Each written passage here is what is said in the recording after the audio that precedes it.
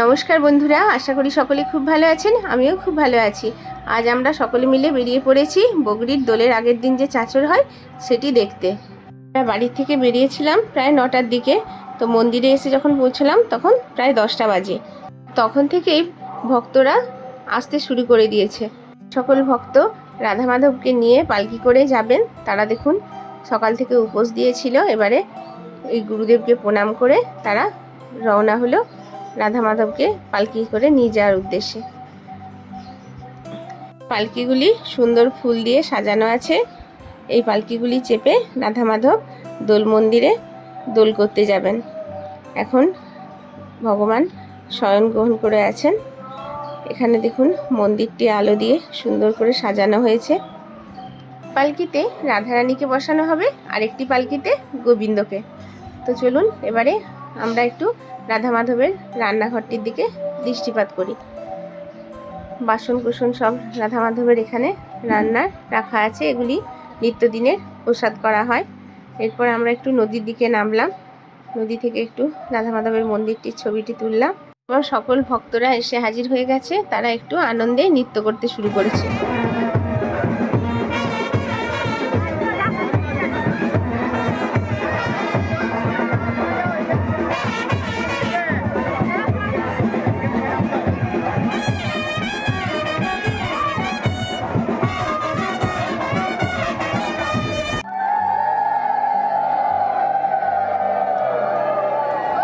এরপরে সকল ভক্তরা মিলে পালকিগুলি নিয়ে এলো আর রাধারানীকে আর গোবিন্দকে সেই পালকিতে চাপানো হলো। তারপর সেই মাঠের উদ্দেশ্যে যাচ্ছে সকলে, যেখানে দোল খেলা হবে আর প্রচুর বাজি পোড়ানো হবে।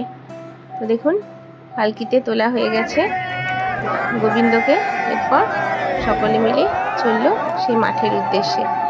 এই মেন মন্দির থেকে মাঠটি অবশ্য খুব বেশি দূরে নয়।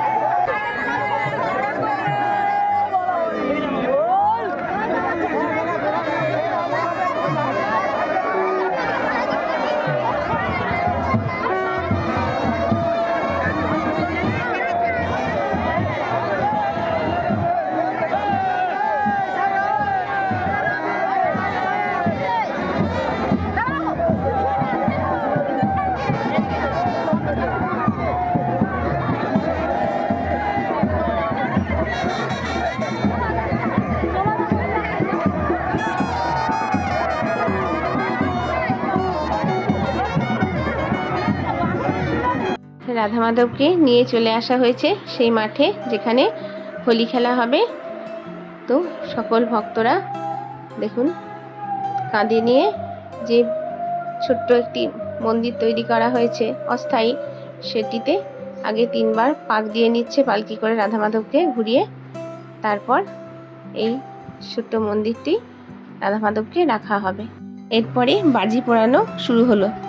এখানে একটি অস্থায়ী ওয়াচ টাওয়ার তৈরি করা হয়েছে, যেটিতে পুলিশে নজর রাখছে জনসাধারণের ওপর, যাতে কেউ কোনো ঝামেলা না করতে পারে। এরপর গোবিন্দের আরতি শুরু হলো। রাধা মাধবকে পালকি থেকে নামিয়ে এই মন্দিরটিতে বসিয়ে রাধা মাধবের যত গয়না ছিল সেগুলি কিন্তু পরিয়ে সুন্দর করে সাজানো হলো। তারপর রাধা মাধবের আরতি শুরু হলো।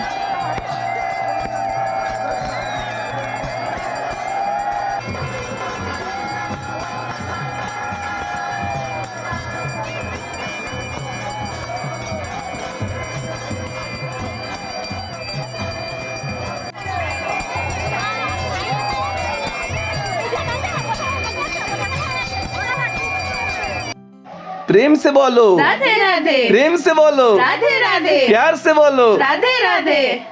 এরপরে এই ছোট্ট অস্থায়ী দোল মন্দিরটিতে চাপিয়ে রাধা মাধবকে ঘোরানো হচ্ছে। দেখুন সকল ভক্তরা কাঁধে নিয়ে এই ছোট্ট মন্দিরটি চারদিকে ঘোরাচ্ছে। এরপরে সকল ভক্তরা মিলে আবির নিয়ে খেলতে শুরু করলো। আজ থেকেই দোলের সূচনা হলো। তারপর আমরা সকলে মিলে মেন মন্দিরটিতে ফিরে এলাম, কারণ এখানে তো প্রচণ্ড ভিড় হয়ে গেছে।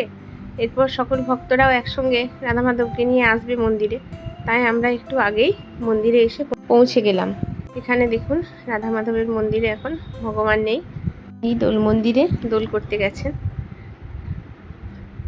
এখন তাই মন্দিরটি একটু ফাঁকা ফাঁকা, সেই ফাঁকে আমি একটু মন্দিরের ছবিগুলি তুলে নিলাম আপনাদের সঙ্গে শেয়ার করব বলে।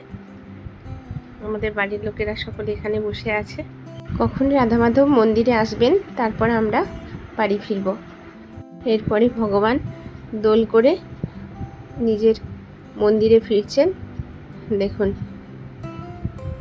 ভক্তরা কাঁধে নিয়ে পালকিগুলি আসছে।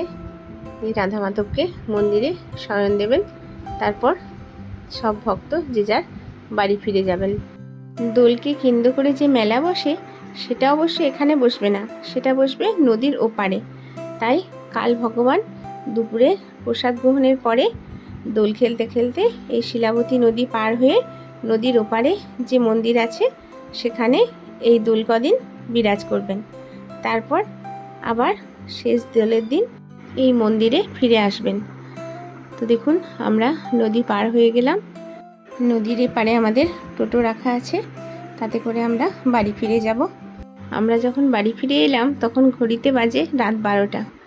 তো বন্ধুরা, আমার ছোট্ট ভিডিওটি আমি এখানে শেষ করছি। সকলে ভালো থাকবেন, সুস্থ থাকবেন, সাবধানে থাকবেন। আর যদি ভিডিওটা একটু ভালো লেগে থাকে একটু লাইক করে দেবেন। দেখা হচ্ছে আরও অন্য কোনো সময়।